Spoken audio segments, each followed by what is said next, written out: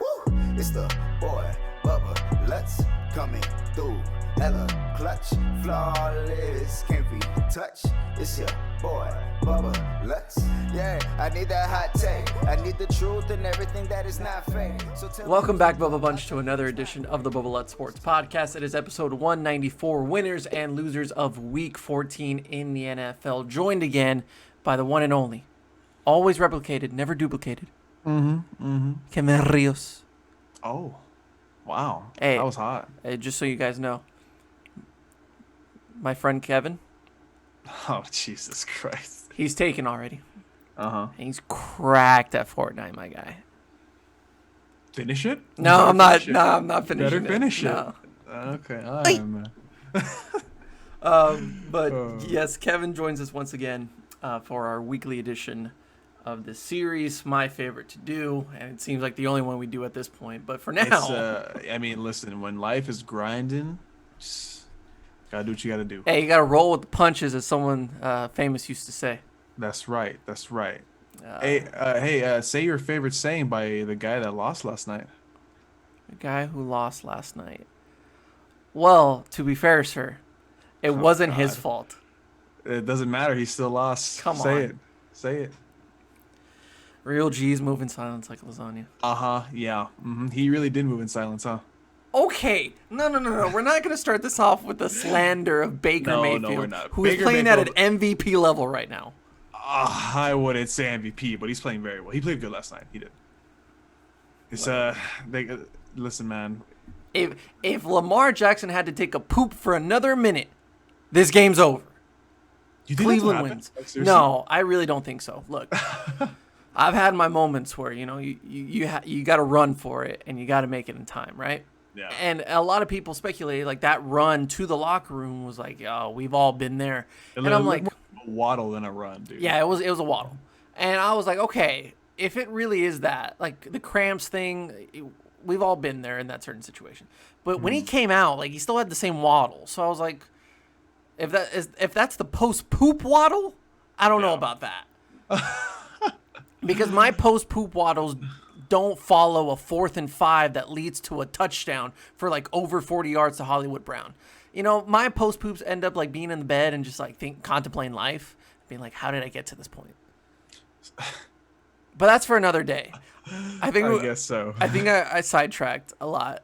So let's reel it back in. Let's go. Let's get it. But yes, so for winners and losers, you guys know the deal. Winners, they get A little bit of the bubbly. losers get Stephen A. And the honorable mention for me this week is it's me beating a dead horse at this point. Oh, Jesus And Christ. I won't stop till it happens, but we'll save that for later. All right. All but right. it's LeBron coming in. And I want my damn respect too. This man deserves a lot of respect. He does. We got to be efficient. Yes, we do. So Kevin, your first winner, but All efficiently. right, man. Let me set up for this one because I deserve it. I deserve this one. For fuck's sakes, we're really starting off with this. We're not going to be do- efficient. I deserve this one. I deserve this No, one. you don't. Yes, I do. Did Yes, you- I do. Did you watch do. the game? I did actually. Yes. I don't know. Good job, Jalen. Proud of you, man. Proud of you. You know, Jalen, you did not throw for 3 touchdowns. You did not throw for 300 yards. No, you were not the second coming of Joe Montana. But you know what? You played pretty damn well, and you know you got the dub, and that's all that matters. So, oh hey, let's. Who did they play, by the way? Oh, they played the Saints, the best defense in the league. Shut up. So, Jalen Hurts. Wow. You know what I said? I said on this podcast exactly 7 days ago that this was just an audition. That's all it was. I didn't think he was going to win. I thought the Saints were going to destroy him. But I said, this is his time to shine. It's an audition. Let's see what happens. Is he going to ball out? No, I never said he was going to ball out. I just said that this was his audition. So it's his time to shine. And look what happened. He played good enough. He played well enough, at least in the first half. Second half was kind of wild. But the first half, he played good enough. He was managing. He was moving the ball down the field. He looked good. Didn't look amazing, but he looked good. So I will take my bad take from last week against the Titans and replace it with this one. I'm now back on neutral. So Jalen Hurts, you deserve a little bit of the bubbly. Oh, a little bit of the bubbly. Congratulations, Jalen. Hopefully many more to come, but not against the Cowboys. You're still an Eagle. I hate you. He played all right. That's what I said. He played all right. Did he win, though? Against the Saints Yes, he defense? Yes, that's all I said. I never said he was going to be the second coming of Joe Montana. I never said he was going to be the second coming of Randall Cunningham. I said this is his time to shine. This is going to lead into a lot of people saying, "Oh, they found the future. The second round pick makes sense now." It's going to lead into another Carson Wentz argument and another conversation of like, "Oh, they've got the franchise guy." When really I'm looking at this game and I'm saying once they get film on him and in a few weeks, whether it's the end of this season or going into next season, they start Jalen Hurts, I'm going to be like, they're going to know him. They're going to read him. And that film is going to speak for itself, and he's going to be a average quarterback. Okay, and I agree. Like I said before we started this podcast, I'm taking the Stephen A approach on this one. I completely agree. Let's see a little bit more. Let's see him build a resume. I do want to see more. Let's see how he responds to those teams having this tape on him now. That's when it's going to really be like, all right, can Jalen, overcome this, or was this just a one-game wonder? And you can't even classify a one-game wonder because he did okay. He did good enough. But he still got the job done. That's all that matters. That was my whole entire point. I think if we're talking about a winner for that game specifically, I'd really like to give a lot of credit to Doug Peterson and that coaching staff because defense, dude, played wow. Well, here's the thing, really, though, really well. Is that you got to give a lot of blame on the Saints because to me, for sure. They came out flat. I feel like they didn't care about this game, and I don't know. I'm just speculating at this point about if it is a common thing in the league to where you look at a team like the Eagles that are 3-8-1 at that point, and you're like, this really doesn't do anything for us on the rankings. This really doesn't do a lot for them, even if they win. And if we lose, we're going to be fine. We got Taysom Hill as an excuse, as a scapegoat. It's like, do we really need to go all out for this game? Especially in the cold in Philly, on the road. You don't want to just injure yourself or criticize or really kind of, what's the word I'm looking for? Like hurt yourself more than you should. Yeah, put yourself in jeopardy, put yourself in a bad situation. Yeah, and so I just feel like a strenuous situation. Yeah, and I'm like, what if they just didn't care? Like, I mean, I didn't care if the Eagles won by 40. It's like it's the Eagles. I would have played like shit too, just because it's the Eagles. And that offensive line was horrible. Their edge protection was nowhere to be found. And I think the Eagles' defensive line and that defense in general played really well. I mean, they looked like that Super Bowl winning team or Super Bowl team a few years ago because of that defense. But like that offensive line played terrible. Taysom Hill played good at times, but he has his moments where he just doesn't make the right decision. And I just feel like the Saints just came out flat and they were just going through the motions. Like, they were just going with it and saying, all right, let's just get this over with so we can move on to week 15, whatever. For the Eagles, their defense played well. I think Doug Peterson did a very good job of preparing Jalen Hurts with a good game plan because he used that read option very well. And I'm pretty sure he used the same type of system with Carson Wentz, but relying more on the feet and then giving him easier throws that Carson Wentz wasn't making earlier in the season. And I'm like, okay, like Jalen looked all right. And their offensive line probably played the best out of anyone. Like, their offensive line, who has been struggling all year, played really well. So, Jalen is okay. And we just got to slow down on the hype. So, that's why I said, we'll take the Stephen A approach on this one. But, like I said last week, adding on to your point before we move on to your first winner, I have immense respect for Doug Peterson because it's not easy to completely turn your offense around revolving around a pocket passer like Carson Wentz to now a mobile dual threat quarterback like Jalen. Not a dual threat. Does he still have time to progress? Be quiet. Does he still have time to progress? Yes. We'll see. We'll see what happens. We'll see what happens. But he has the ability to be a dual threat quarterback. He has the stepping blocks, but he has to progress it. So Jalen, congratulations on your first NFL win. Hope you get more, but not against the Cowboys. Whatever. Well, actually, you might get one this season because we're garbage and we still have to play you again. But Oh, the Eagles are winning that game. maybe next season, starting next season, no more wins against the Cowboys. Just run. That's your game plan against the Cowboys. Yeah. Just run. Yeah, I'm starting Miles Sanders that week. Run. Run. You know what? It took me a while to get what you were saying, and then it clicked, and I was like, oh yeah. Córrele. Oh god. Number Sir, one winner for me. Go for it. It's a guy that's been under a lot of scrutiny this season. Okay. No, it's not Carson Wentz. But it's been a rough season in the Mile High City. Really rough season. Ooh, I like that. And I'm not saying he's back or he's proven himself. I'm just saying for 1 week, let's give this guy some credit. Yeah, because he deserves it. He really does. He's missing his number one receiver. He finally found his number 3 receiver. Doesn't really have that connection yet with number 2 and Jerry Jeudy.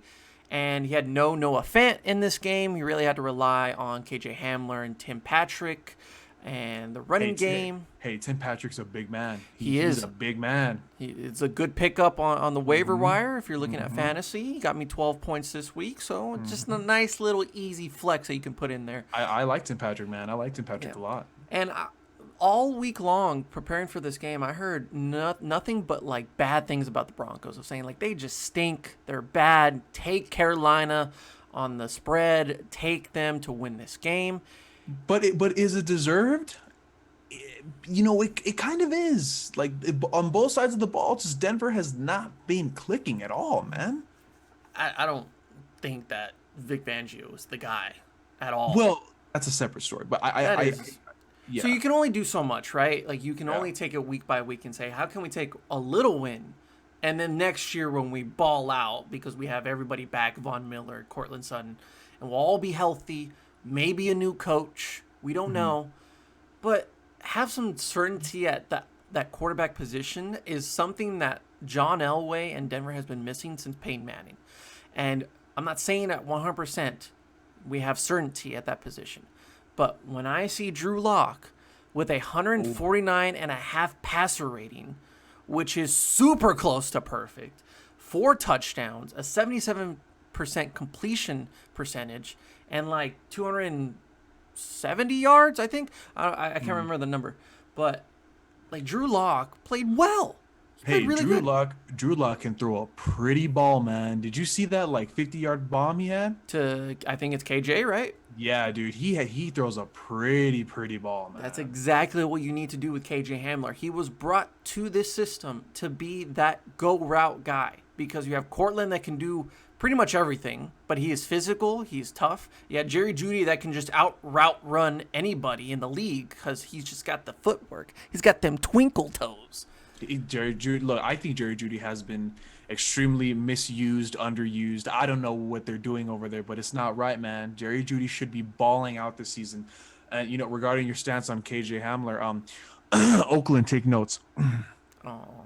Henry Ruggs, by the way, on the COVID list. I'm sorry, not Oakland. Please excuse me. How rude of me. Las Vegas. My God. Yeah, they're playing like they were in Oakland, so Yeah, it doesn't matter. you can get them confused. Yeah. But Drew Lock, 4 touchdowns. You can't discredit the guy for that. In a really nice game against Carolina. I know it's Carolina, but they get the win. They get at least one win after a horrible season. And yeah, Drew Lock, who's been battling injuries, battling scrutiny from the media, and has not played well in certain games, like played really bad in some games. Yeah. Like, if you can torch very young and unexperienced defenses, then I say, okay, we have something here. And if we go into next season with everyone healthy and you have it all going in your favor, because that defense should be really good. That offense should be so fun to watch. And if Drew Lock can't get it done, then we have our answer. And then we move on to the next guy. But I'm still giving some hope to Drew Lock. I think people in that locker room like him. They want to keep him there. He's fun to be around. And he's got that little swagger to him that Baker Mayfield has. He does, yeah. So I think it's nice to see what Drew Lock can do and what we can see in the future. So Drew Lock, you deserve. Oh, a little bit of the bubbly. Look, before I move on to my segment winner, I have to say this about Drew Lock. Drew Lock has, this specifically this season, Drew Lock has been dealt one of the hardest hands in the NFL by far. Like we were saying, you lose a bunch of your key players. I specifically have the Denver Broncos as my sleeper team in the AFC. Because if you looked at them on paper in the offseason, my God, they were stacked. Everything was lining up for them to have a good season. Mm-hmm. You have a, in my opinion, if things went right, you could have had a similar situation in Denver with what's going on right now in Cleveland. Kareem Hunt and Nick Chubb balling. Yeah. If it was managed correctly, you have basically boom and zoom like in New Orleans did a couple years ago with Mark Ingram and Kamara. You got boom and Melvin Gordon that he's a little slower because of the injury, but he can still truck people. He's still good. He's Melvin Gordon. Then you got Zoom over here with Philip Lindsay that absolutely can just speed through everything. He's great. You could have had a boom and zoom combination. You could have had a trio of wide receivers that oh my God! Any team would die for. You could have said it was a similar situation to what the Cowboys could have had this year with Gallup, CD, and Amari.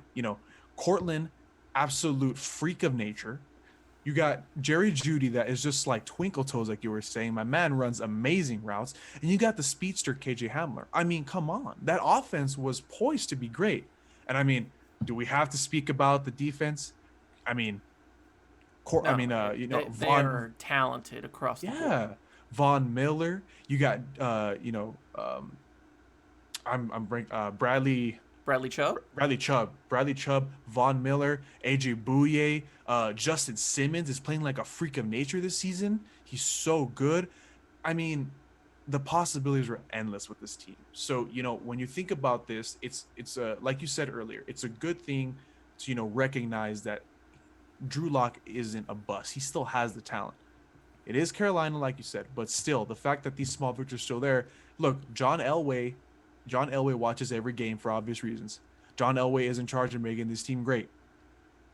Hey, it's good. It feels good to have that, I guess, comfortability that you have that, this kid has it.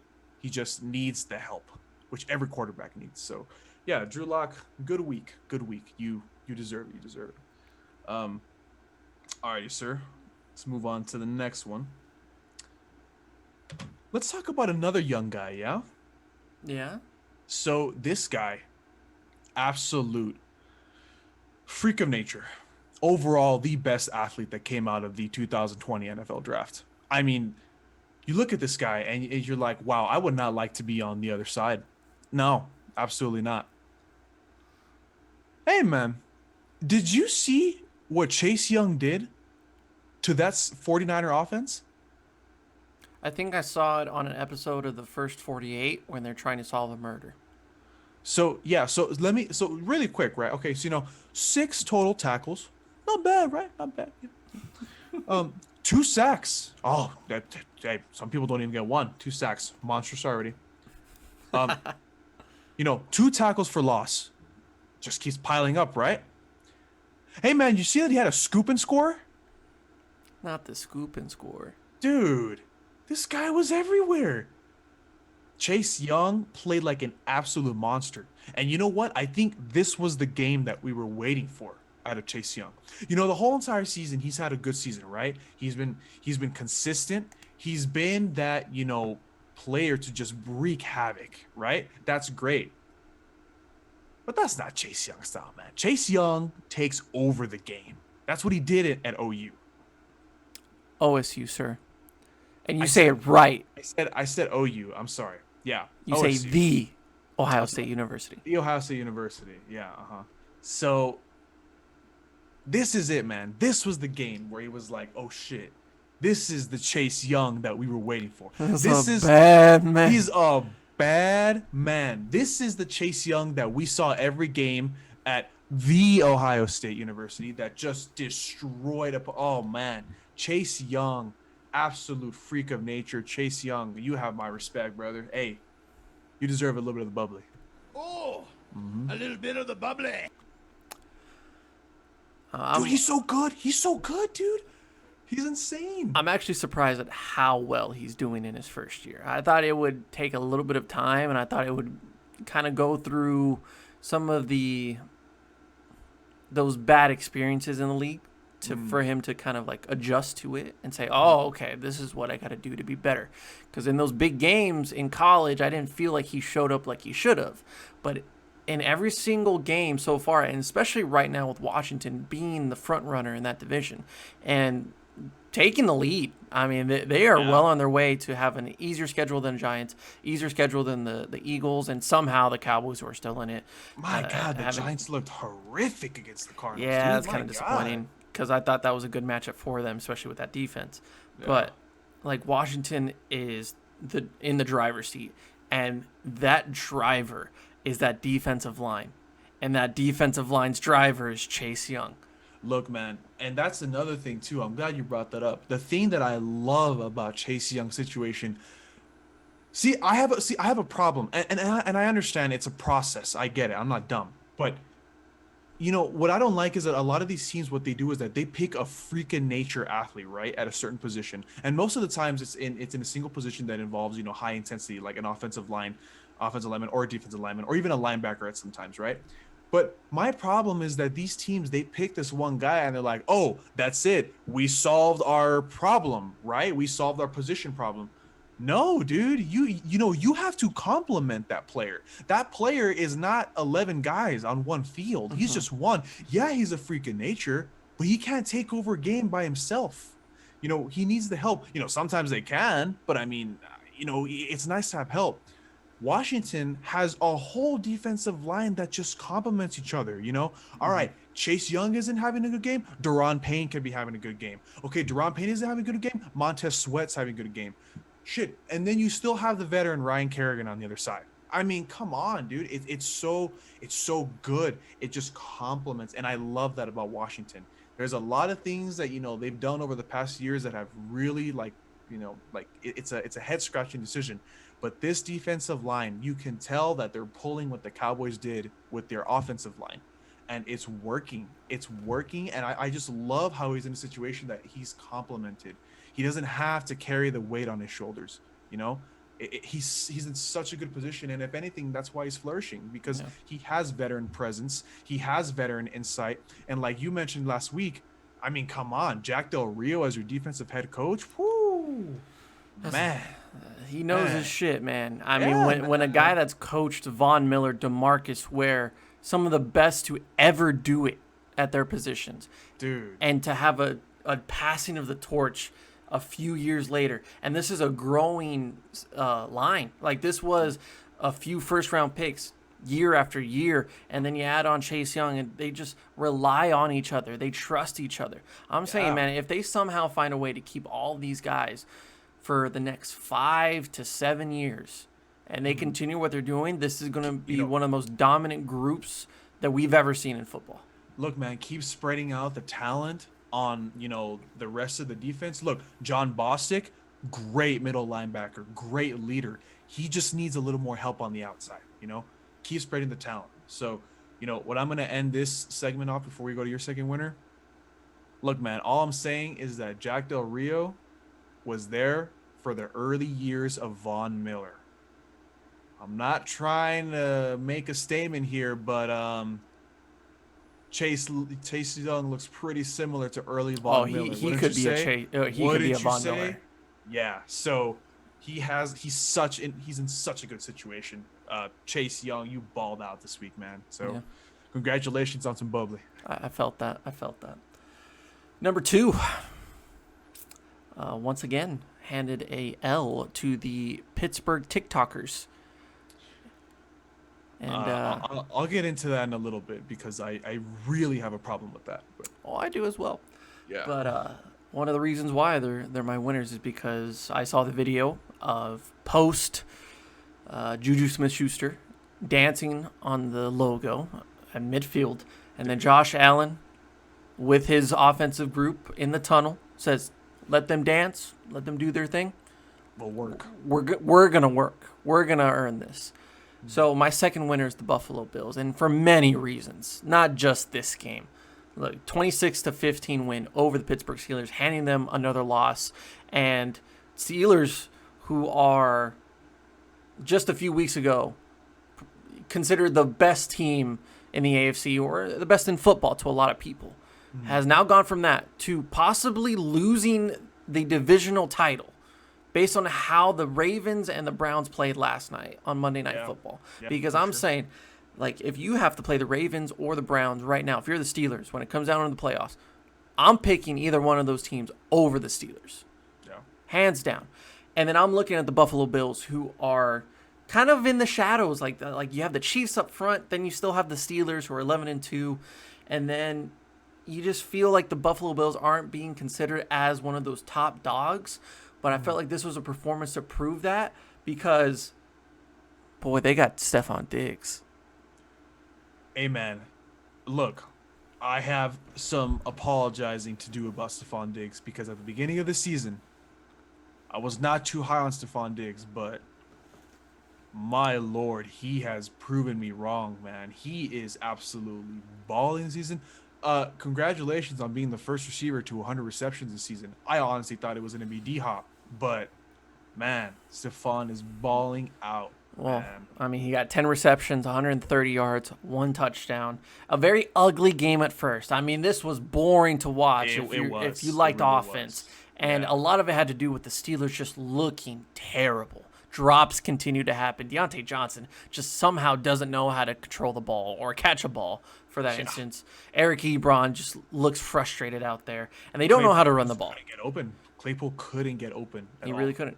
And I mean, credit to that Buffalo defense, who is underrated, and they've been underrated for these last few seasons. Sean McDermott has sure. done a great job with that unit. So not just the game itself, because I think this gave me a lot of perception on the Buffalo Bills, and they have really grown on me. Look, not only do they get that big win against the Steelers, Cole Beasley just whips it out in the press conference and says, "You know what?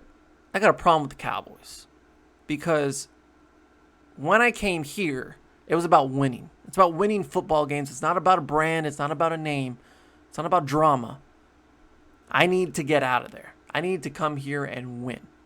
When we break down the situation that happened with Cole Beasley, it was like, well, he was their leading receiver for a few years. This was pre-Amari Cooper, post-Dez. This was a really dark time for that position in Dallas. And Cole Beasley was the guy. I mean, he was the only guy that could really get it going in the passing game. And he was so fun to watch. Yeah. The problem was he wanted to get paid as a number one receiver. Well, we're just not going to pay you like a number one receiver because if we wanted to, we could just go get Amari Cooper or go get another number one guy. We're not going to pay a slot receiver number one receiver money. Yeah. And whether that turned personal or not, I understood the decision why Dallas didn't want to pay him. And I was excited for Cole to get out of that situation because they weren't going to win any Super Bowls. I mean, it was past the point of winning Super Bowls. So it was like, where does he go from here? Maybe he goes on a contender. If he would have gone to New England, I would have been like, this is the greatest fucking pickup by the New England Patriots because that fits the system so well. And then you look at Buffalo and you're like, okay, well, Buffalo picks him up. Okay, well, we'll see what happens. They need help in the wide receiver position. This was Kelvin Benjamin. This was the time where it was just like really rocky for the Buffalo Bills. Before Josh Allen developed into what he is right now. Exactly.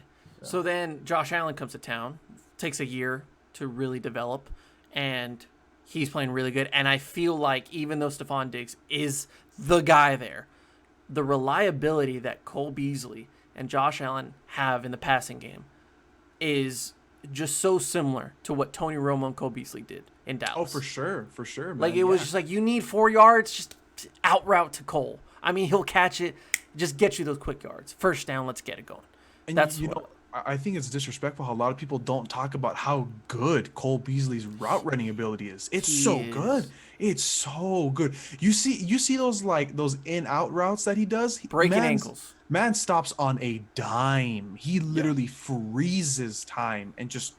It's so good. It's so good. Yeah, man. I mean, look, the Buffalo Bills, in my opinion, are extremely underrated. Now let me finish, because Okay, there's okay. another point. So Okay, then go for it. Cole Beasley whips it out and just says, F you, Dallas Cowboys. You're not a serious team. Buffalo is. I'm like, thank you, because Jerry needs a wake-up call. And then finally, look, I'm saying that the Buffalo Bills, if Josh Allen does not create turnovers, he makes some mistakes. And he made some mistakes in the Steelers game. That's why it was close in the beginning. Yeah. There were some really bad mistakes that it's just like, oh, that's what comes with Josh Allen as a quarterback. Look, their defense played really well. Josh Allen played well. He really stayed steady. Their receivers are great. Offensive line is great. Coaching is great. I'm saying, man, if they can get the same production out of their running game like they did last year with Frank Gore and Devin Singletary. Devin Singletary's had a sophomore slump, if you like to say that. And I feel like the position has gotten better with the addition of Zach Moss. But they just can't get it going. I mean, they're averaging 60 to 70 yards per game. It's just not good enough for me. If they can develop that running game like they did last year and ease off of Josh Allen throwing for 40 to 50 times a game, you are seeing a Super Bowl contender. You are seeing a dangerous team for anybody in football to go against, because they just worked up the Steelers. I mean, made them look silly. They're going to win the division because Miami's there. They'll probably get the wild card, or they might not make the playoffs at all. Patriots out of it. Jets are out of it. And then, like I said, the Steelers and the Chiefs are really the only solidify, I can go with them for the playoffs. And I'm off the Steelers, so the Chiefs are really up there. I am on the Bills right now, but if they can dominate the running game like they did last year and really balance it out on that offense, this is the most dangerous team in football. Yeah. I mean, you there's a definite way you can make the argument. And like I was saying, I feel that the Bills have been an extremely underrated team the whole entire season. I think because the Bills have always been known as that team that's kind of whatever, they're a pushover, right?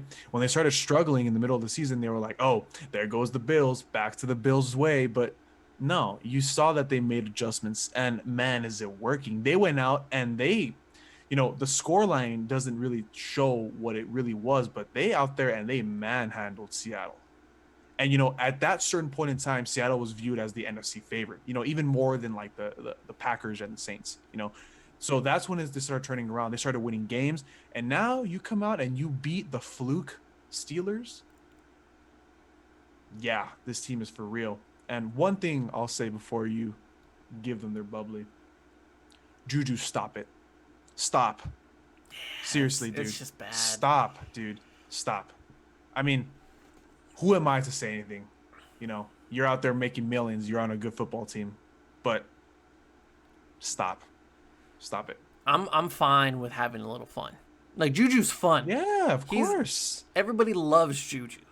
No one's hating on Juju. He plays video games. He's a nerd at heart. And he just likes to have fun. And that wide receiver core is really fun to watch when they score a touchdown. Yeah. If we're going to dance on people's logos and we're going to go on the road and make TikToks on the field while some guys are warming up for a very important game on Sunday night, back it up. Stop. Don't drop the ball multiple times a game.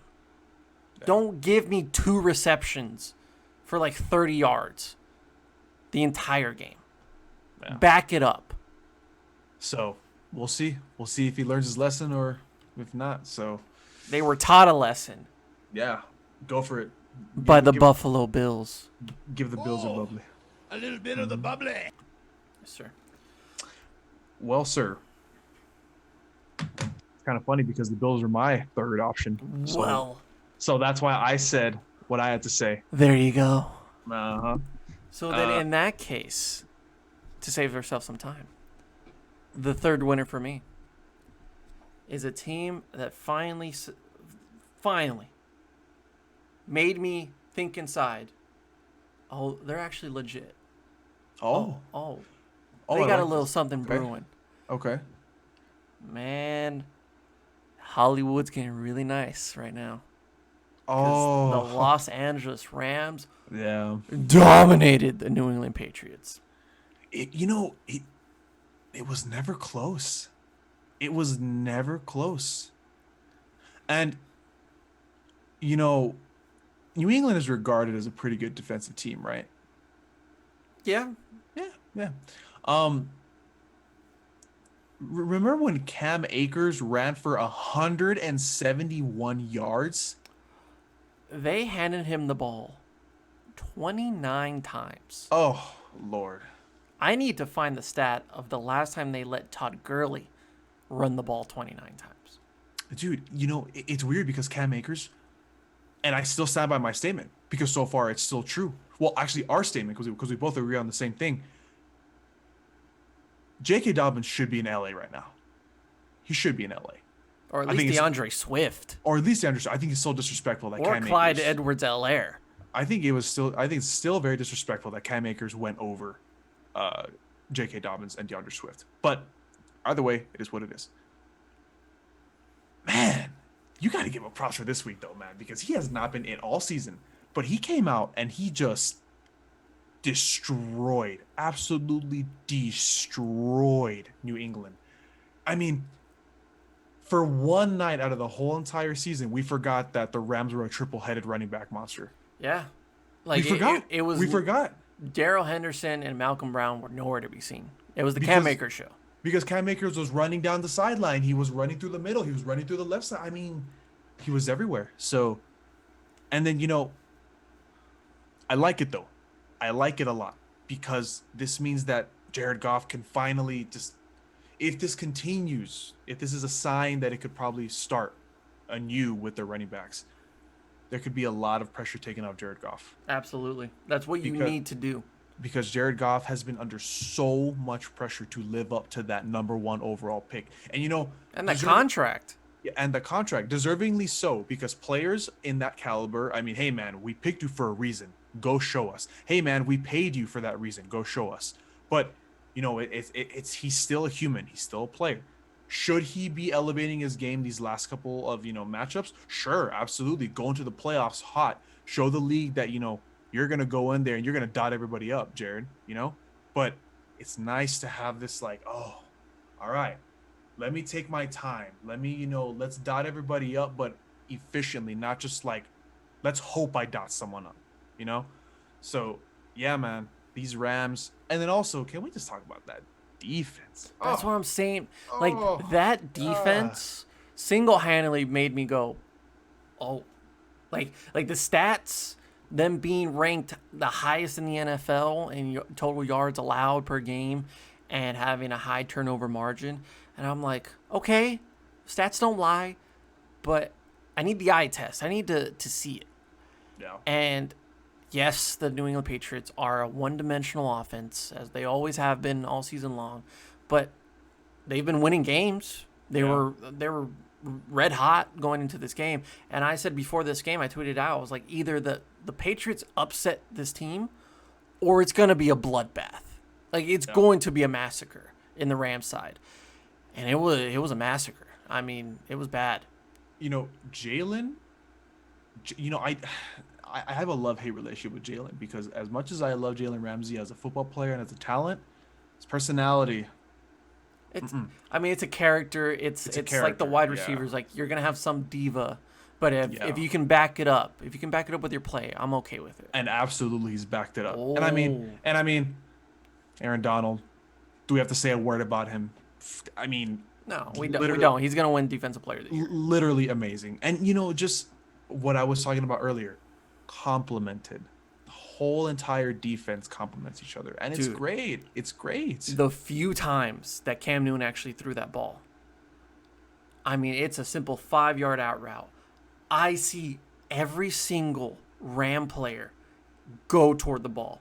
it takes a lot for me to watch a game and be like, oh wow, like it takes a lot because I watch a lot of football. I mean, it gets just like, okay, we're going through the motions. We see what we see, but it takes a lot for me to be impressed by a defense like that is just 100% effort every single play, and that's scary. How like every single one of those 11 guys on that field goes toward the ball and gives you no room to breathe, and that's exactly what the Rams are doing right now. I'm looking up the name because I don't want to. Brandon Staley. Brandon Staley has done a phenomenal job. I thought Wade Phillips did a great job in his time with the Rams, but for him to just come in year one, how could I ever doubt Sean McVay to bring in a young guy, a part of his coaching staff, and say, well, maybe this isn't gonna be the same. No, this might have been better than Wade Phillips' defense. Brandon Staley has my respect, man. He's bringing this defense, and he's bringing it. He's just pounding, dude. He's just punching everybody in the mouth. One stat that stood out to me, because you look at the team stats in this game and you're like, well, it's pretty much the same. 3rd down conversion, 4th down conversion, total yards, penalties, time of possession. It was pretty even throughout. But the one stat that really solidified this game was the Rams stopped the Patriots 4 straight times in the red zone. Oh, yeah. New England was 0 of 4 in the red zone. They could not score when they got inside the 20.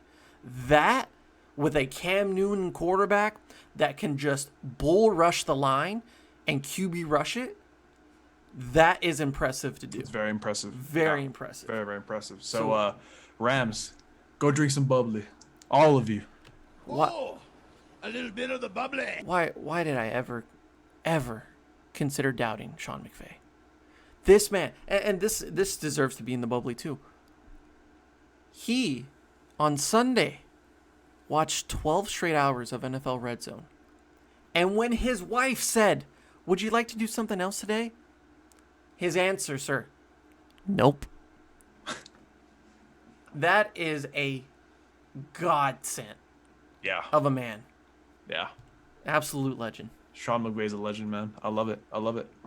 Honorable mention, sir. Well, sir, you already said it, so I'll just say it real quick. Drew Lock deserves respect Okay. for his performance. That's my honorable mention. Okay. My honorable. Oh yeah, sorry. Drew Lock. Well, he got bubbly, so you can't give him both. You can't. Yeah, give him both. he got bubbly. He got bubbly. He's fine. We don't want to get him drunk. Honorable mention for me. He'll need it next week. Yeah, he will. It's time. It's time to trade him, and it's time to let this guy be running back number 1 in Dallas.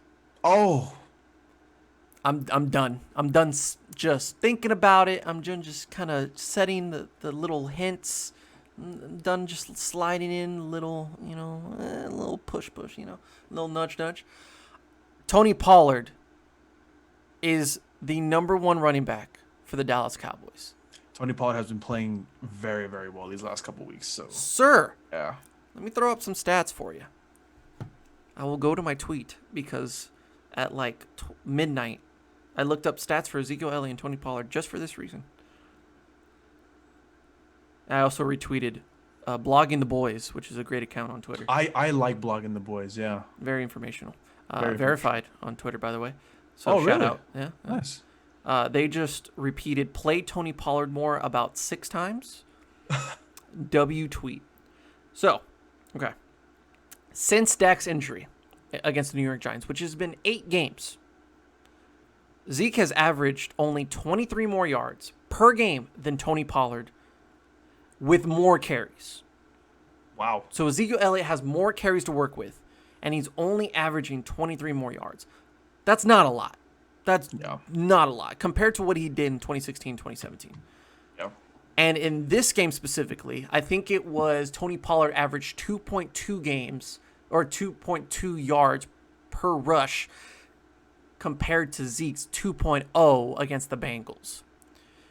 So consider that. there is a $87 million difference between their contracts. Wow. $87 million difference for 23 more yards a game and 0.2 less yards per rush in a game against the Bengals. Yeah, man. Tony Pollard really has been stepping up, and rightfully so. And I think he did. I think it was, if anything, this season was his season to show that, hey, man, listen, you guys need to start playing me more because I'll make my time worth it. These Memphis kids, these Memphis running backs, Antonio Gibson, Tony Pollard, they're dangerous. Yeah. We're seeing what Antonio Gibson can do against the Cowboys defense, let alone the entire league. And you have one in Tony Pollard, yet you want to give him 9 carries compared to Zeke's 15. Yeah. And you're only getting 23 more yards for 87 million more dollars. That's ridiculous. Trade Zeke, get a first rounder for him, get more out of him, get rid of that contract, pay Tony Pollard, I don't know, fucking like 30, 20 at most. Yeah. Because you still got Rico Dowdle. I don't care, because we were just talking about Cam Akers, how he's with Darrell Henderson, Malcolm Brown. It's 3 running backs. And those 3 running backs probably combined don't even come close to the contract that Ezekiel Elliott has. And it's time to stop thinking that elite running backs deserve elite money when you can get 3 guys that can do all those same things, but for a third of the money. Because there's a lot of teams in the NFL that do that, and they do that well. Well, we'll see, man. We'll see in the future. Tony Pollard. And I want my damn respect too. Damn right you deserve some respect. Respect. I'm here for you, bud. We're all here for you. At least Cowboys fans are. Well, not Jerry. Not Jerry. Alrighty. So, first loser. And this one hurts me. This one hurts me a lot. Because I think I know where you're going. this one hurts me a lot because I love this man. I love him. Don't do it. If Patrick Mahomes was not in the league, I think this guy would be absolutely just probably, amongst the top elite quarterbacks. Okay. It's not the same. That's the same. We're not built the same. No. Dude, we always talk about how Dak Prescott has always had this, bad hand on him because, he's the quarterback of the Cowboys. He's the quarterback of America's team, Yeah. He always gets ragged on. But, even though he has a horrible front office behind him, at least they've somewhat given him help, right? They've given him Amari. They've given him CD when he comes back. They gave him a Michael Gallup, for the first couple years of his career. And, we'll never see. Maybe Zeke has a turnaround next year. But at least they've given him Zeke. I'm not here for it. They've given him a pretty damn good offensive. He's had the help, right? Yeah. Deshaun. Last week when they lost to the Colts and he was sitting down on the sideline with a towel over his head because of just how distraught he was at just another bullshit loss that shouldn't have happened. Oh, dude, I felt so bad for him. Dude, this is a guy that has literally given you his all. I don't think I can name another player in the NFL besides, like Dak, besides Russell, besides Patrick, that has just given him, he's just given his all to the Texans team. Oh my God, dude. I mean, when that quote by Dabo Swinney came out where he was like, if you draft Deshaun, you're drafting Michael Jordan, right? I was like, all right, Dabo, relax. All right, relax. But I don't know, man. I'm starting to agree with him because, dude, Deshaun deserves so much more. He deserves so much more.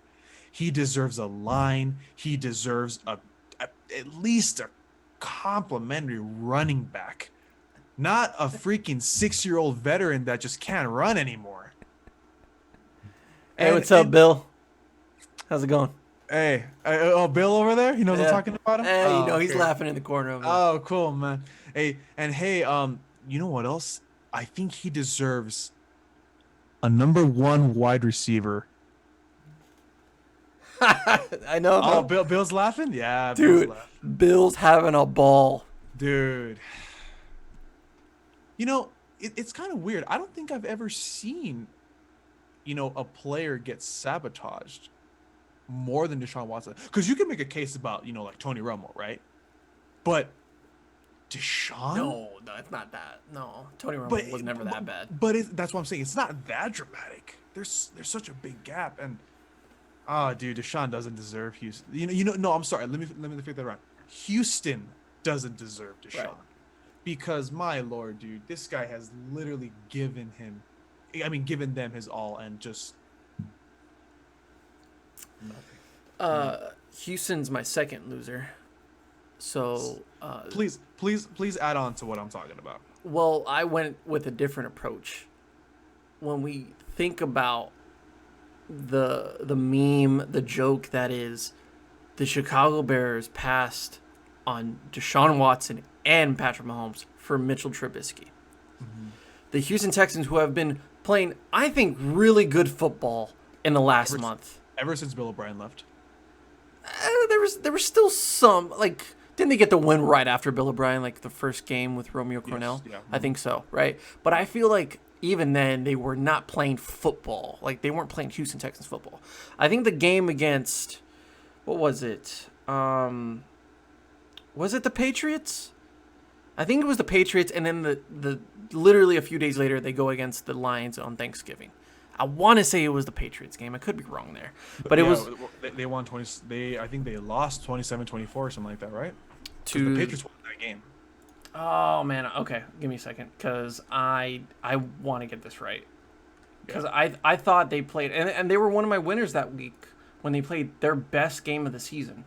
No, yeah, they beat the Patriots 27-20. Oh, so they did beat the Patriots. Because I thought the Patriots played well, but the Texans were just balling out. I mean, Deshaun Watson had himself a game, and then they beat the Lions on Thanksgiving Day. They beat them up, and then they lose the close one to Colts. So I'm like, you can't really blame them for that. But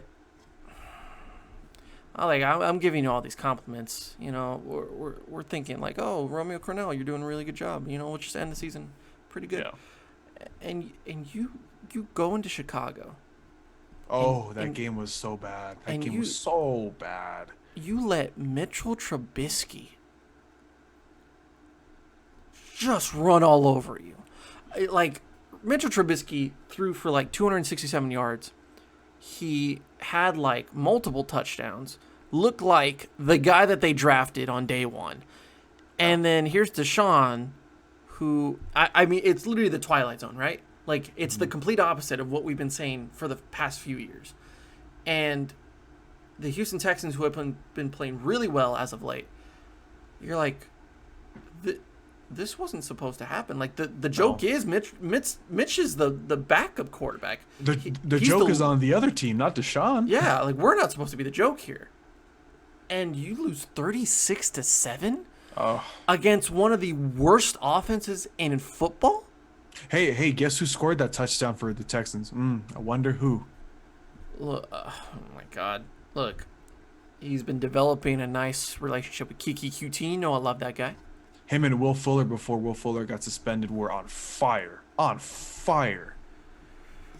But when you think that Duke Johnson is going to be enough for you. When you think that David Johnson was going to be enough for you in the first place. I mean, come on. No disrespect to David Johnson, but I mean... Oh, no, there's disrespect. He's washed up. I like David Johnson, but no. he was never the answer. They needed a young buck from the draft, and they didn't do it. Here they go. Here you go. Now, as the joke is, the Texans screwed up the draft. Head to head, Mitchell Trubisky played better. Yeah. It's like, 2020, huh? Yeah. Well, we'll do a double whammy. Stephen Away, please take it away for Deshaun and the Houston Texans, my lord. Don't worry, Bill. It wasn't you this time. No, you're fine. You're fine. Oh, Bill's still there? I thought he would have left by now because we're actually being sympathetic to the Texans. I should probably get him out of here before he trades my monitors for a fucking napkin. It's a good idea. Later, Bill. I don't trust you. All right. Where's my notepad? All right. So technically, my Your first loser, winner. Yeah, I mean first loser. Loser. I'm sorry, loser. Yeah. but now it's my second loser because Yeah. Houston Texans were my first. This is why I thought we were gonna have the same guy, but because this one hurts Okay. the soul. Because I think we've reached the point of this guy's career ending. I don't think it's Oh gonna. wow! Oh my God. Okay. I don't think this is gonna turn out the same way that some of these other guys like Steven Gostkowski or Adam Vinatieri are going, and they've had a rough season, 2 seasons. Adam Vinatieri could not get it going last season, and he's doing all right. But Steven Gostkowski has been dealing with the issues, especially early on in Tennessee. Yeah. But this guy had himself probably the worst day he's ever had as an athlete. I know who you're talking about. And really, I want to say that he costed them the game. But he had... no. Yes, he did. Okay. It would have been a tied game. I mean, that's 10 points off the board. Yeah. That's literally 10 off the board. And against Tampa Bay, in a time where Minnesota needs to win out just to make the playoffs, Yeah. Dan Bailey misses 4 kicks, 3 field goals, 1 extra point, and is potentially losing his job. And you know what's awful? They weren't even close. Lutz. Literally, like, I saw them. He shanked them. Oh, dude, they were so bad. Yeah. It was bad. Like that last year in Dallas, I thought it was pretty harsh to say like, oh, okay, let's just move on from Dan Bailey. Yeah, I agree. I thought it wasn't the right move. Especially what came afterward. We don't say that name here. We don't say that name. We don't say that name here. And I felt like him going to Minnesota, I was like, okay, just start fresh. Revival. Yeah. And revival is a great word because those first few years in Minnesota were just the same old Dan Bailey. It's like, why did Dallas let him go? He's so automatic. He's one of the best kickers of all time. It's hard to see a guy physically, like seeing him so frustrated and not knowing what's happening with himself. Yeah. Like you have off days, but No, dude, this wasn't an off day. these This aren't was- 60-yard kicks. Yeah. And I don't want to be that guy that's like, well, your only job is to kick. Your only job is to make field goals. It is a hard thing to do. I hate people that say that, dude. People think that kicking a field goal is so easy. It's not. It really isn't. It's just when you have the reputation of being so automatic. Yeah. And like when we see Justin Tucker miss 1 field goal, miss 1 extra point, like he did against Dallas, like a week ago. Oh, Like- and like he broke his streak of like 70 plus or Yeah, something and the like that. fucking Yeah. announcer's just like Laughing and shit. I'm like, bro, shut up. I was like, you just jinxed it. But like we look at that and we're like, whoa, like what happened there? That was 1. This Oh. dude missed 4. It was really bad. Yeah. And okay, so I guess I'll say it like how you said it. One of my losers, my third loser, was going to be just kickers in general this week. Kickers in general this week were so bad. So bad. Cody I- Parkey missed a very critical field goal. I don't think No, I've he missed an extra seen point. Mike Badgley as well. Mike Badgley missed some field goals as well. Who? Stop it. The Chargers kicker. Okay, thank you. Yeah. I really didn't know. Oh, okay. I saw your face and I was like, okay, I don't Look, think you I don't watch Chargers games. Who Yeah, yeah. does? No, dude, but like there were so many missed field goals and missed extra points this week. It was mind blowing. Even Will Lutz? Will Lutz missed. My boy? Chris Boswell missed a field goal, I think. Chris as well. Boswell's having a bad year. Dude. I mean, Steven Gostkowski. I mean, whatever. Yeah.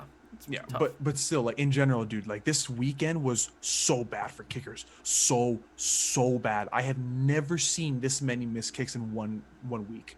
It was crazy. It was crazy. Yeah.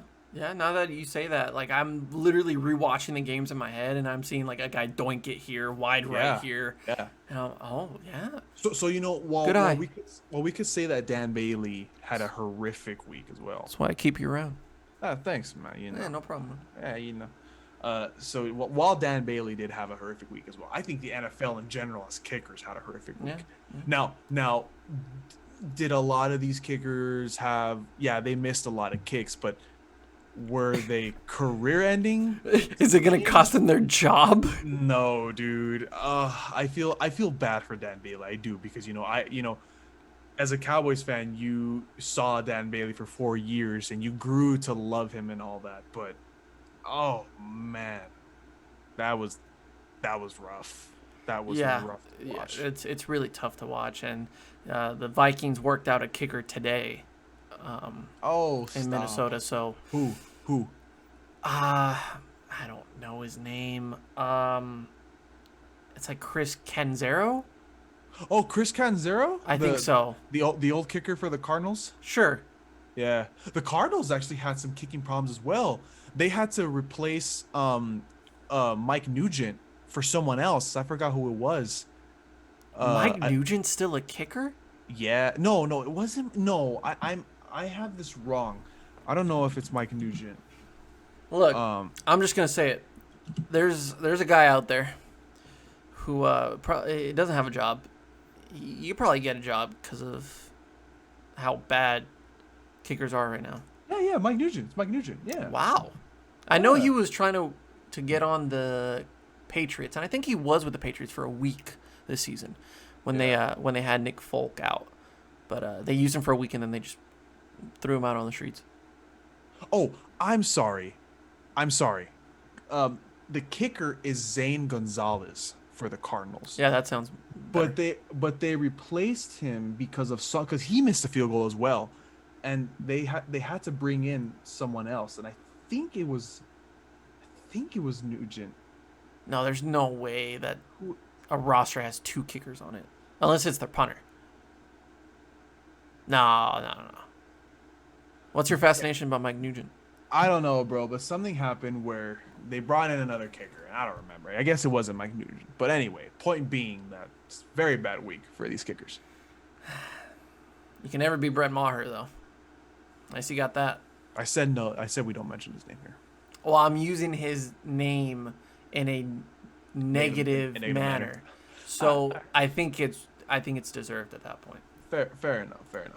But kickers in the NFL, most specifically, Dan Bailey. Oh.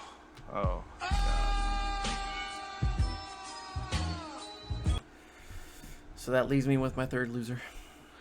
You know what? If you want to go ahead and just take it away. Oh, I'm sorry. No, I'm not done yet. I'm sorry. I was gonna say take it away, but no. Okay. I swear to God, if your third loser's Mike Nugent, I'm gonna lose my shit. Mike Nugent. I'm just kidding now. So let's. Here's the guy. Let's have a TED talk real quick. Do you want to know what the word consistency means? I don't. I'm a Cowboys fan. Okay. So consistency means that you can do something for a period of time and you keep doing it, whether it be bad or worse, right? Mm-hmm. Would you like to know the opposite of consistent? Yeah. Cowboys. Besides the Cowboys. Oh, then no. The opposite of consistent is the Oakland Raiders. Oh, I'm sorry, Las Vegas Raiders. Because they still play like they did in Oakland. Oh. Dude, these Raiders, if you look at their roster, they can go far. They can. They could. Have they been going far? No. How is it? Let me see really quick. How is it that you beat the New Orleans Saints? You beat the Kansas City Chiefs. You almost beat the Kansas City Chiefs twice. And not even to mention, you put up a pretty good fight for most of that Colts game. But Yeah. you get shit on by the Falcons. Oh yeah. Oh yeah. You absolutely blow it in the second half against those Colts. You're losing games you should be winning. Derek Carr sometimes looks like the second coming of Kenny Stabler. But then he has these games where it's like, Derek, can you throw the ball? Something. Just give me something, Derek.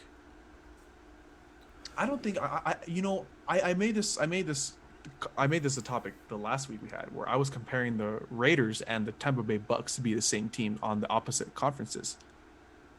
But my God, these Raiders are something else, man. There's one week where I'm like, oh yeah, these Raiders look good. They can make a run in the playoffs. And then like this week where I'm just like, no, this just isn't it. This isn't it. And I don't know what it is. I don't know what it is, dude, because they're so inconsistent. I think I know what it is. How could you be so good on both sides of the ball one week and then just so garbage on another side in another week? I don't get it. I don't think it's that, because you can't say that they are great on both sides. I think they're really good on offense, but their defense has always been their kryptonite. And I think they've made strides in their defense. Like, they're not perfect. You could say that their defense is somewhat like the Packers defense, where it's a shootout defense. Yeah. Where they're going to do just enough to win the game. But sometimes they do just enough. Sometimes they just give up everything. And it's like, where is the medium? There is no medium with this team. There's not. But there is I would say I guess some praise to give John Gruden right now. Because when we're looking at some other teams, let's just, for instance, like the Cowboys, like the amount of turmoil on their defense, and we're speculating that Mike Nolan's not going to have a job at the end of the season. Like, should we just fire him as soon as the game's done? Like, not even give him the full year. Let's just get rid of him, move on. And it's like, well, no, like, we'll just see how it goes, yada, yada, yada. And some other teams do this as well. They'll just move on after the season's done. John Gruden's he's not like any other coach. Like, he is aggressive. He is going to just do whatever the fuck he wants. And I feel like Al Davis does that as well. Excuse me. Junior. My bad. But when you look at their defense, like, yes, they have really good players, but it's just not good enough for John Gruden. So, like, Paul Guenther gets fired like a week ago. Rod Marinelli, guess what? We know a little bit more about Rod Marinelli than the average person. And he takes over the duties for the defensive coordinator job. And, like the Raiders stat-wise defensively, and when you look at them, you're like, oh, they're not bad. They have some good players, and they have some good moments. But I feel like John Gruden is doing things, and that's where I give him praise, is like, well, good is not good enough. Like, we need to be a great team, not just a good team, because we've seen to where they go against the Chiefs, and you're thinking like, well, if they meet in the playoffs, we might have ourselves a nice game to watch, ladies and gentlemen. Yeah, for sure. And then you go against the Falcons, and you're like, how do you lose by 40? Like, that doesn't make sense against one of the worst defenses in football. So, like, how can we get better now? Let's not wait. Like, he's got 10 years. He's got, what, now, like 8 years left? 6 years left, I think. I think this is like his third or fourth or something like that. There's no way that he's 4 years in. He's probably 3 years in, because I think he's already been under 2 seasons. 2 or 3. It's 2 or 3. So he still has a long period of time on that contract to go. But he's like, no, we're going now. Like, let's go now. And it might come back to bite them. It might work out for them. But, like, Paul Guenther was okay as a defense coordinator. Well, he doesn't want okay. He wants really good. Yeah. And Rod Marinelli, who a lot of those guys played with him in Dallas, like, they know the system. It's a pretty easy system to learn. So for the next few weeks, you learn that, and you have the entire offseason to do so. We'll see what happens next year. But I'm pretty sure that if it's the same type of consistency that we're seeing this year, Rod Marinelli's going to be out of there. But I feel like that's an aggressive coach, and it proves like he is legit. He's a real guy, and he believes in his own systems. And if you don't do the job, you're not getting slack like you would at other places. You're out. Yeah. I feel like John Gruden and Mike Tomlin have the same mentality where, Mike Tomlin has a quote where he says, the standard is the standard. And, it might be a simple quote, but it speaks a lot because he expects, the absolute best from his guys and his coaching staff. And I feel like that's what John Gruden expects out of his players and coaching staff. The only thing, though, is that just John Gruden right now is going through a time where he has his team at extreme, dude, like I'm saying, there's no in between with this team. You see this team scorching hot, destroying people, or winning games that they shouldn't be winning. They shouldn't have beat the Saints, they shouldn't have beat the Chiefs the first time. But then you have games where they lose by 40 to the Raiders, they almost lose to the Jets, and then they lose this week as well against the Colts. I get it. The Colts are a good team, but they're not gonna go far in the playoffs. I mean, that's what I'm saying is like I don't get I don't get the inconsistency, because when you have a guy like John Gruden that it follows the same principle as Mike Tomlin, and how much I love Mike Tomlin. The standard is the standard, and that's what he expects. 7-6 is not the standard right now. It's not. It depends on your perspective of it, because I didn't consider them a winning record team at all this season. And it's one of those teams where you're going to look back at it at the end of the season. You're like, they made really good strides, and, give them some time. They might be a really good football team when it comes down to it. But to them, damn well that's not John Gruden. Yeah, John Gruden's going to be like, no, we're the worst team in the NFL. So it's never going to be good enough until they reach the pinnacle. And I feel like the firing of Paul as the defensive coordinator was the reason why. Like, that's the reasoning behind it. And we're just kind of going through like the low points for the Raiders. Yeah. And the worst time too, because they could have made a playoff push. And with the Patriots probably out now, the Ravens playing good football as of late, like the Raiders could have done a really good job of ending the season with a winning record and making that playoff push, but it's just not the season for it. To me, it's a good season for them to make progress, but to them, it's not. It's tough. So I don't know, man. We'll see. Hey, look, they're 7-6.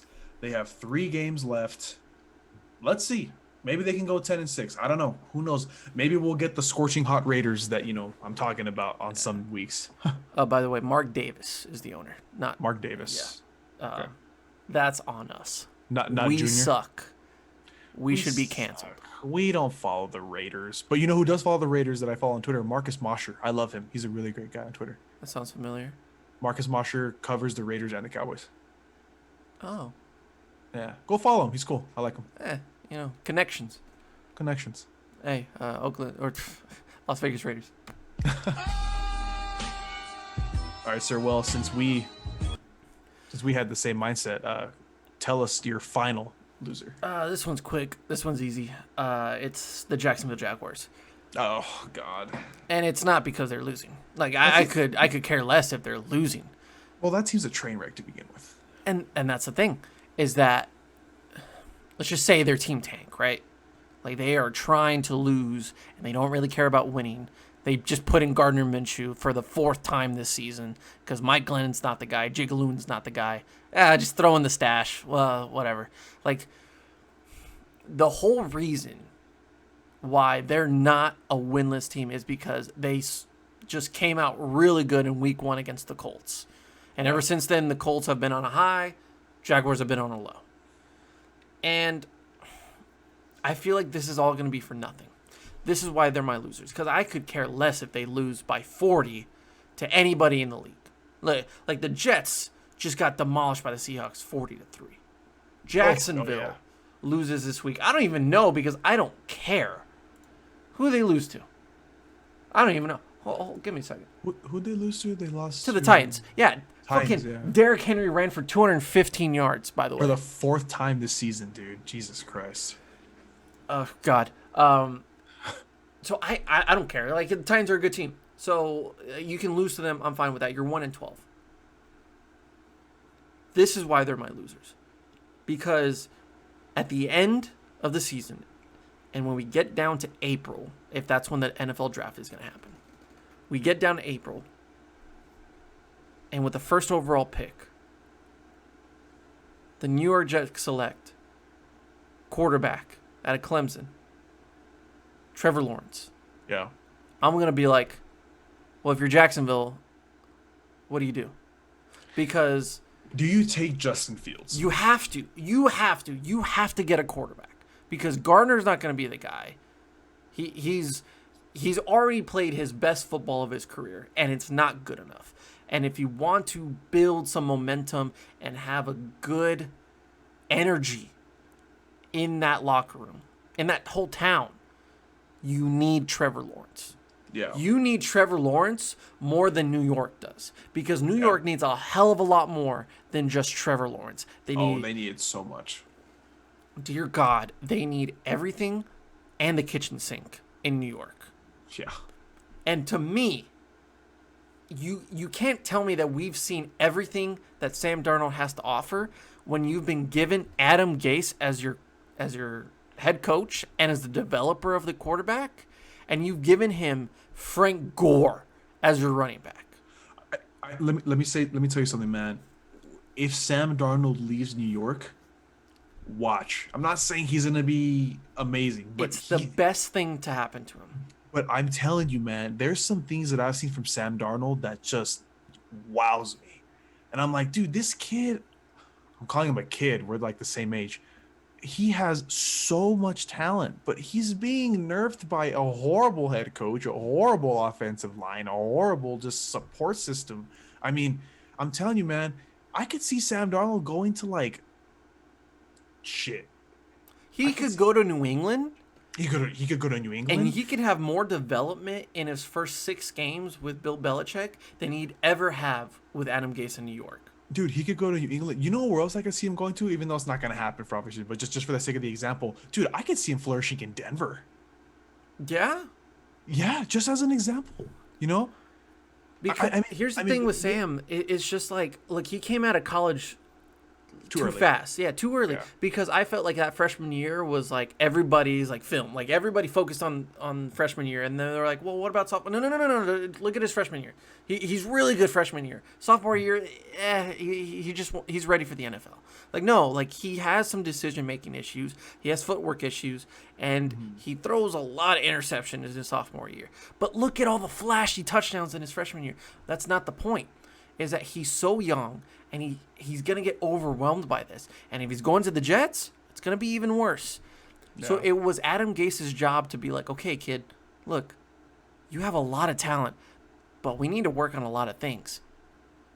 Look at Josh Allen in Buffalo. Sean McDermott said, look, you have amazing talent. You can throw a ball farther than Patrick Mahomes can, but we need to work on a lot of things. Sean McDermott is not talked about enough in the NFL. I mean, he's a quiet guy, really. Yeah. But what he's done with Josh Allen, it's like, yes, you still have those mistakes, but are they costing them games? Are they just thinking like, oh, should we move on from Josh Allen? No. But that's the tribe and tribulations of like a good QB and coach relationship, is that you're going to have the good times with Buffalo and Josh Allen. You're going to have Adam Gase with Sam Darnold. And even if you throw in Trevor Lawrence, like, what is that going to do? You're going to have a great quarterback with nothing around him. And I guess going back to your original point, you could say the same thing about Justin Fields. Justin Fields is not going to have, you know, when you think about the Jacksonville Jaguars right now on offense, who do you think of? Personally, for me, I think of James Robinson. James Robinson is all they have. DJ Chark? Nah. Look, they have somehow found a way to every year find a random wide receiver and make it work. Yeah. Like Allen Robinson, Allen Hurns. DJ Chark last year. This year it's I can't pronounce his name. Laviska Shenault. Is that his name? Yeah, close enough. Yeah, he's been doing really good this season. But what the hell does it matter when you have interchanging quarterbacks that just can't do anything? Exactly. But here's to go back to my original point. Like, if your idea of tanking ends up as being top 2, but you're not getting past New York, who shouldn't draft a quarterback. They should draft a new fucking coach. For real. It doesn't matter who they draft first. because no matter what, they're put in a shitty situation, and they need a lot more than just the quarterback. So at the end of the day, like Jets are just going to screw everything up for everybody. So if you're the Jaguars, like if you're at number 2, if you don't win that first game against the Colts, like you're in a pretty good spot. Yeah. But you win that game. And that could have been the worst thing to happen to you because now you're second. Now you're second overall. And it's more than likely the Jets pick Trevor Lawrence, who is an amazing fit for Jacksonville. I mean, he fits it to the T of being in that Jaguars uniform, to be in that offense, and just give a glimpse of hope for Jacksonville, who has always been a quarterback away from being a good football team. They need work. They need to do a lot of things. Yeah. And now when we're looking at it, at the end of the season, you're going to fire Doug Marrone. Because Doug Marrone has been has overstayed his welcome, hands down. And a 1-12 season so far is definitely not helping him. And he doesn't know who his quarterback is, so you don't have a quarterback. So once he gets fired, you got to bring in a new coach. Well, when you bring in a new coach, you should bring in a new quarterback. Makes more sense, right? Because you're building a whole new offense. I'm saying that maybe it'll work out with Justin Fields, but a maybe is not sufficient for me enough, because we could have had Trevor Lawrence that is a definite future Hall of Famer. Trevor Lawrence is probably one of the most talented quarterbacks I've seen coming out of the draft in recent years. Bro, that's my sunshine. Sunshine. He could be sunshine. He could be sunshine. Like, but I'm sorry, but I just don't see it in Justin Fields. I don't see it. Like I've seen the best quarterbacks out of Ohio State go year after year. We've seen Cardale Jones, J.T. Barrett, Braxton Miller, and I felt like Dwayne Haskins was the best quarterback I've ever seen wear a Ohio State uniform.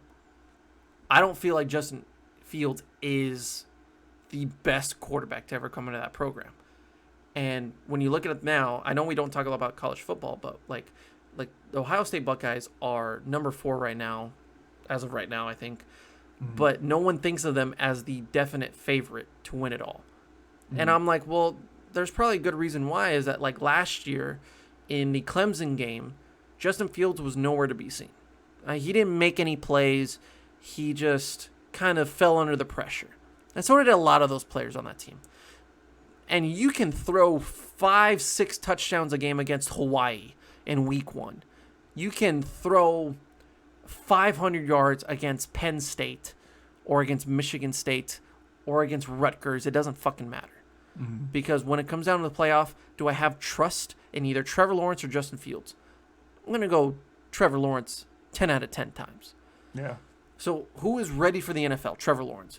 Who needs the right system? Who needs the right progression? Who needs everything right for the system for him to succeed? It's Justin Fields. And I don't feel like I want to take the chance on Justin Fields. So if you're the Jaguars, you're taking that chance. Because if the Jets screw it up for you, you've tanked for the worst reasons. Yeah. No. And, like, I'm sorry, but, like, if Justin Fields is the starting quarterback for the Jacksonville Jaguars, it's going to be a long season. If Trevor Lawrence was the quarterback, I'm like, oh, let's see what you can do. Because even in the worst situation in Cincinnati with Joe Burrow, he still found a way to put them in situations where they can win. Yeah, for sure. Trevor Lawrence can do that. Justin Fields can't. Well, all we have to do now is just Stephen A. Let us know how Jacksonville feels right now. Sounds about right. Imagine not being able to tank correctly. Sounds about right. Imagine you got out-tanked by the Jets. You know, really quick thought before we end this. In a perfect world, like you were saying, the Jets take the top offensive lineman and pair him with Mekhi Becton. Absolutely. Mekhi Becton has done so well this season. Yeah, and they could start a brand new thing of revamping their offensive line. Which they need to do in the first place. But it's not going to happen. We already talked about it. So, well, Jets are going to jet. Weird week in the NFL, but it is been a weird couple weeks, man. Yeah, it really has. By the way, I came up with my Super Bowl prediction. Really? Yeah, I'm ready for it. I honestly haven't thought about my Super Bowl prediction, to be honest with you. I had an epiphany in the shower. Oh. Yeah, cochino. No, not that. The other one. Look, let's end it on this. I'm not gonna go on a big rant, but this season has told me one thing and one thing only. Okay. And especially this week, with the Saints losing, despite having the best defense in all the NFL, and they give up just so many rushing yards to the Eagles. The Bucs having one of the best defenses in the NFL, and somehow always disappointing week after week. Yeah. The Steelers having the highest turnover margin for a lot of weeks, and now they're just kind of like, eh. So, like, to come down to it, to where defenses just don't fucking matter this year. It's kind of weird, huh? Like, Well, it's just an offensive game now. Like, who scores the most? And yes, you can say that for many other years. But, like, this year in particular, you're like, well, if you just score 40, you're probably going to win. you're probably going to win because, like, your defense is probably going to give up 30, 35. But as long as you can outscore them, then I feel like you'd be fine. So, with defenses just not being a factor whatsoever, I don't care what the Saints defense is ranked in week 17. Because if you give up that many yards to Jalen Hurts in his first start and an Eagles team that is going to be in turmoil over the next few years, then defenses don't matter. Okay. So I'm looking and I'm saying, teams against the Kansas City Chiefs score a lot of points. You know, even Tua, who's not a big playmaker, is somehow getting back into football games and keeping it close. Green Bay Packers, they somehow win almost every game, even though their defense is a very lackluster. And they got that bad man. That's my point. That's my point. Who are the teams that can score the most points? And no matter what, you can trust them scoring points. My Super Bowl prediction is the Green Bay Packers versus the Kansas City Chiefs. Ooh, that'd Because be such a good Super Bowl. how many times, how many like prayers did we do for wanting Kansas City Chiefs versus the Los Angeles Rams like a year ago or 2 years ago? On the Monday night matchup where they just scored 50, just fuck it, just go, just score. And then last year, like the Patriots and the Chiefs, like they scored like 40 and 50. Like we just want points. And this year, where defense doesn't fucking matter, this is the perfect year for just a shootout Super Bowl that we just all want. So let's give the fucking people what they want, and let's give them the 40 points per game Green Bay Packers with Aaron Rodgers, who can just throw it to anybody named Valdez-Scantling or Devontae Adams, who just scores touchdowns like it's coming out of his ass. Or we got Tyreek Hill, who scores like 4 touchdowns and 250 yards in a quarter, and Patrick Mahomes is just slinging and diming everywhere. And then Travis Kelce is just, doing whatever the hell he wants in the middle of the field. Nobody can stop Travis Kelce. And look, their defenses aren't the worst in the NFL, No, they're not. but they like to give up a lot of points. Yeah. So why not just say fuck it? Who scores the most points? How about a Super Bowl where the winner scores 60? Oh, God. Would anybody complain? Would anybody watching this right now complain? No, absolutely not. If you had a 63-54 game in the Super Bowl, wouldn't you say that is the greatest Super Bowl I've ever seen in my life? Yeah, that'd be good. If That'd you be really you good. got Monday Night Football, Ravens and Browns score and game like that similar That'd be scenario, so good. in the Super Bowl. So good. that goes down as the one of the best Super Bowls of all time. That'd be so good. So Yeah. let's just give the people what they want. Screw defenses. Defense doesn't win championships this year. Offense scores championships, and that's Aaron Rodgers and Patrick Mahomes. I would love that. I would love to see Aaron Rodgers possibly win another Super Bowl. Because Patrick's got time to win more. Give the old man one. Look, if you're trying to earn that $500 million worth of that contract, you got to win Super Bowls, you got to win MVPs. He's already halfway there with winning the MVP this year. Yeah. But you set up the storyline that, like, look, number 2 on that MVP list was Aaron Rodgers. And Aaron Rodgers has been balling out since week 1. And no one gives him the credit because he's behind Patrick Mahomes. So the storyline is, can he overcome the sun, like the star stud that is Patrick Mahomes, just for one more season. Ooh, I love that. I love that. What a good way to end off this episode. NFL Commissioner Bubba Lutz, how about that? Oh my God. I love it. I love it. Ladies and gentlemen, that'll end it for this episode of the Bubba Lutz Sports Podcast. We said efficient. Here we are in an hour and a half. Jesus Christ. We suck at that, But it always makes for a good episode, at least. but we don't suck at what we do best, and that's a podcast. That's right. That's right. Sir, thank you for coming. Thank you for inviting me. Always. Always love seeing your handsome face. I always love seeing your handsome face. Look, Bunch of handsome men in this podcast. I'm about to have another epiphany in the shower if you keep looking at me like that. Oh my goodness. Yeah. Hold on, tell me who's your top 5 quarterbacks right now, dead or alive, huh? And how much do you care about a ring if the best player got carried by the team?